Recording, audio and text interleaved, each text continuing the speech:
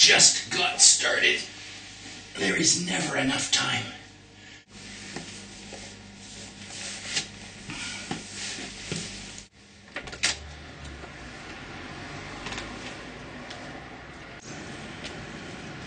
I guess it's like this for a lot of people. You want to meditate, but where do you find the place or the time? Probably one of the top problems that practitioners have is not being able to find the time, not having enough time, and having just too many other demands on our time. People say there isn't enough time in the day. I don't have the time that I need, and I can't find the time to create the mental space that I need. So what's the answer? Well, let's try an experiment. We're going to go down to one of London's busiest main railway stations, and we're going to use that as our meditation hall. We're going to do a very traditional set of practices of awareness, compassion, and wisdom, and we're going to use a classical approach, which involves body, speech, and mind. There is a good service operating on all and underground lines.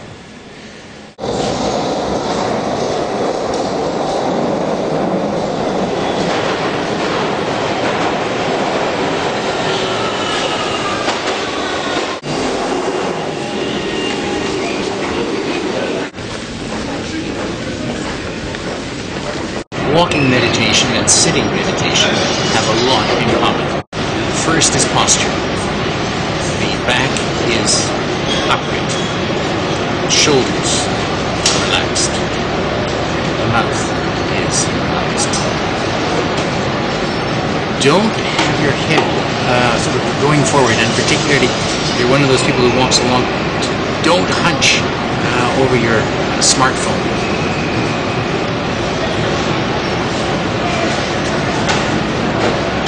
We say the back is strong, the front is open and soft.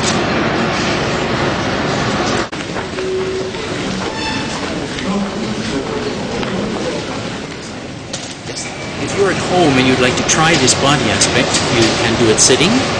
You could also stand up so that you feel that sense of being vertical between earth and heaven.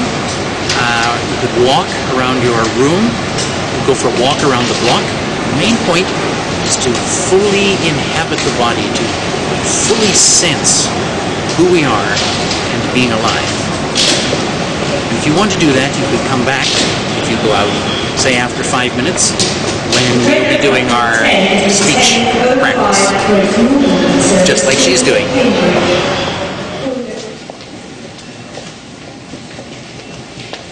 If you'd like to stick with me, then I'll give you some practice suggestions as we walk through this amazing station together. It's a station, by the way, where, I guess like all stations, time is a big obsession.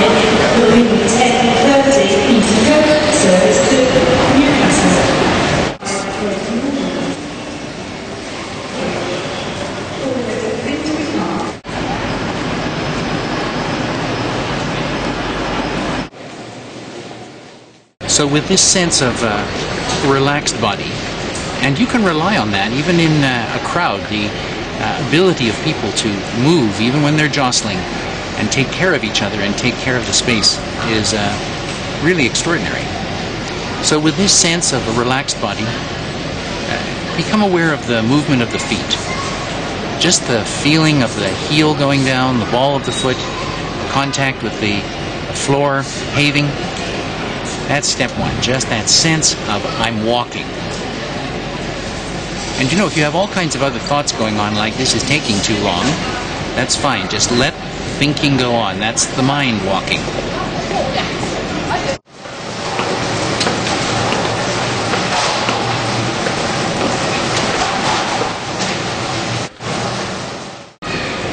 Then after a minute or two of the mind resting with the movement of the body and particularly the feet, you could become aware of your breath, because no matter whether we feel we're running out of time or don't have any, our body continues to breathe. So whether the breath is fast or slow, rushed, whatever, just let the mind be aware of that. So you're then a human being who's walking, breathing, and yes, the mind is walking and breathing too.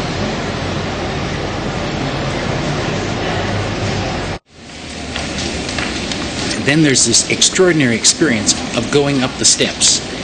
You feel the shifting weight of your body, the pressure on the soles of your feet, up the steps, and as you look down you see the incredible display of light and shadow of the steps themselves.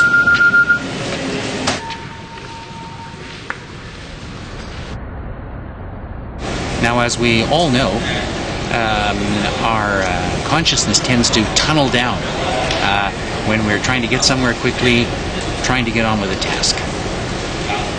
This is a great opportunity just to open up a bit and be aware not only of where we're going and where we're headed. That will take care of itself. But what about the space around us? What about the people around us? What about the whole environment that we're moving through? The light, the shadows, the space.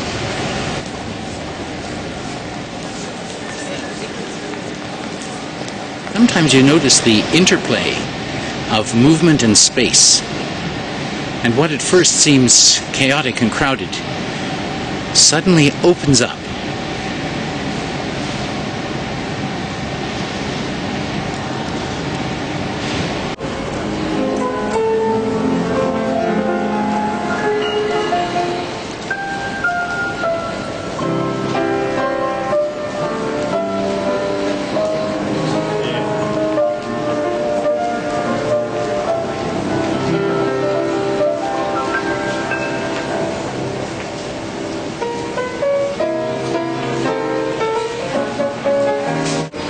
Just never know what you're going to see and what effect that might have on your taste buds.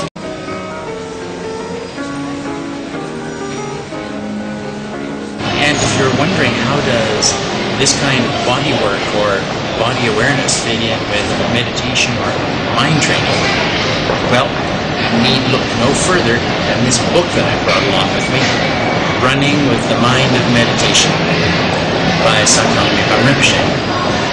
Just let me read you for a second what he says. Through modern science we know that our consciousness is not just in the brain. It runs throughout the body. So by paying attention to your body, you are paying attention to your mind, and therefore to who you are. So here's a moment where we seem to have no space and no time, where we can actually use the very conditions that are presenting themselves to sense the fullness of our being, the fullness of our experience, and through that nourish the mind and body.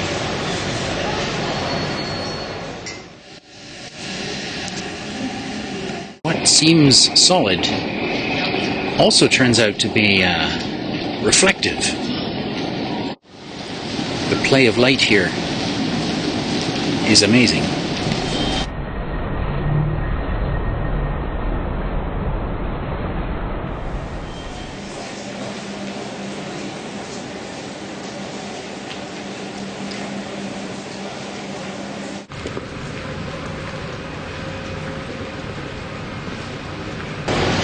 So you might say, isn't this multitasking? And that's the last thing I need.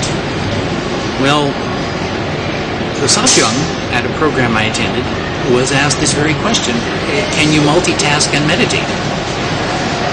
And he said, well, that's actually what is going on in the practice of awareness. We have a spatial awareness. We have all the sensations of our body. We're aware of what's happening with our mind, with our emotions, and in fact, the whole point is to be completely aware and inhabit that entire experience.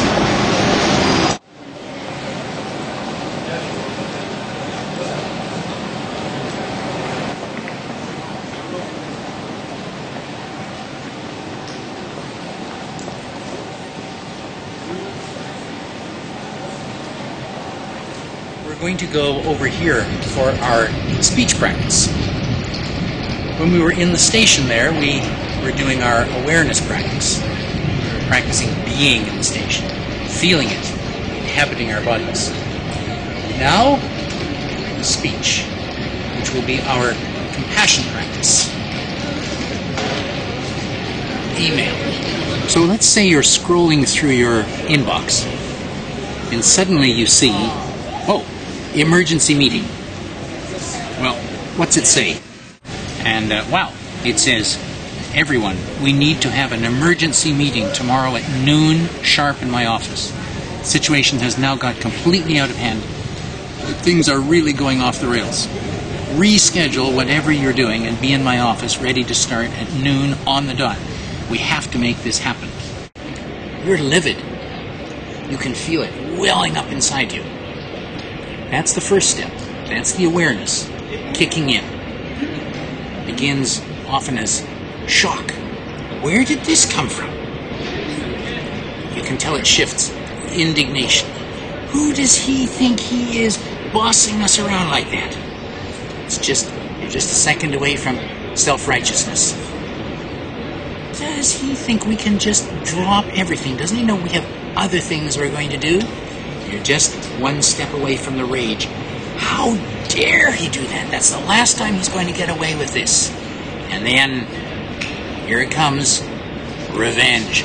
I'll show him. You're ready to hit the keyboard.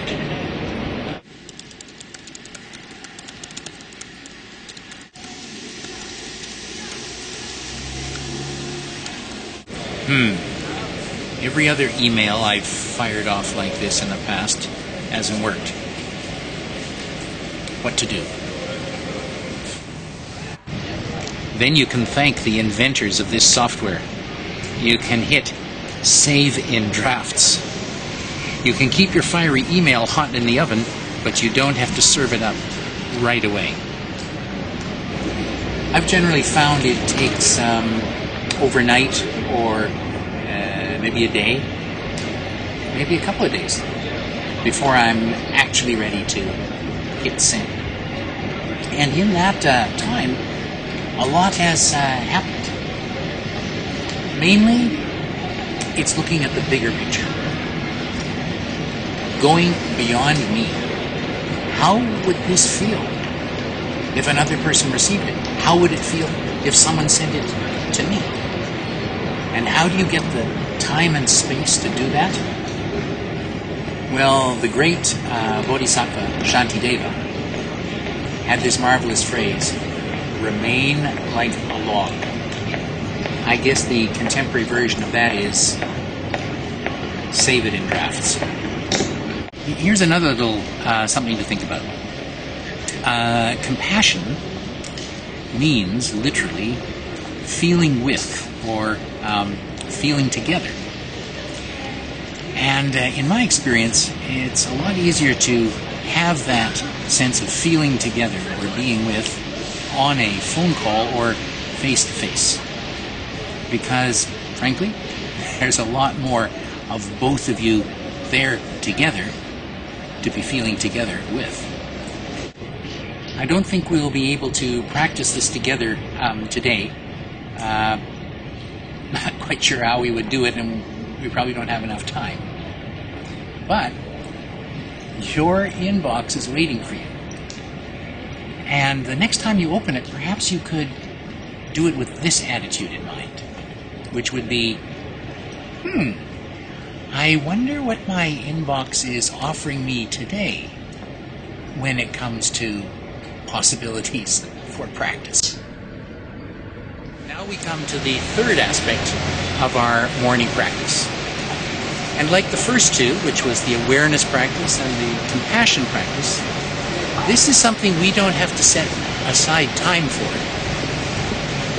It's going to be our wisdom practice. And the object of our meditation is going to be time itself. When you look at what occupies the highest position in this remarkable building, you could be forgiven for thinking it's a temple to time. This magnificent clock tells us the time, but can it tell us what time is? Human beings have devoted tremendous effort, scientific inquiry, and artistry into measuring time. And this one huge clock isn't enough for us. The millions of people who pass beneath it day in and day out all have their own timepieces as well.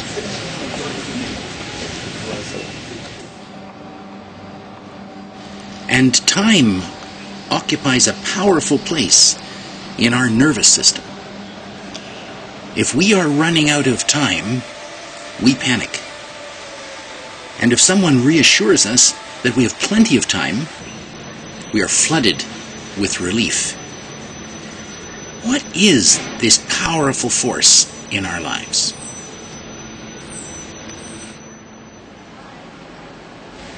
Another piece of art has been hung here, like a glass altar cloth below the gilded clock.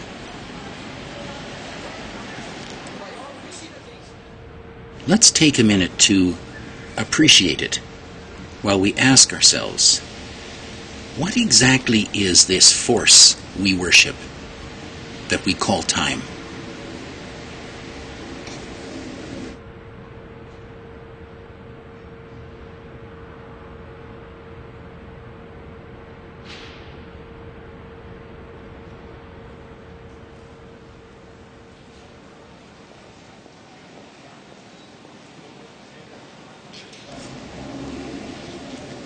In a way, trying to find time is rather like trying to find space.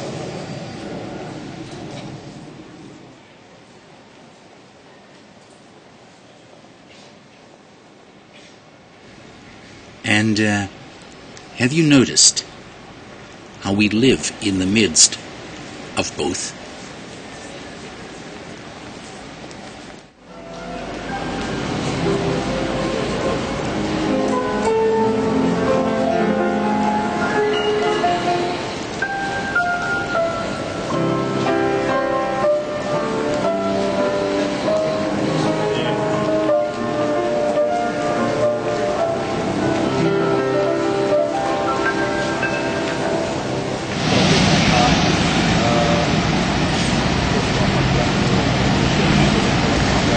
Time.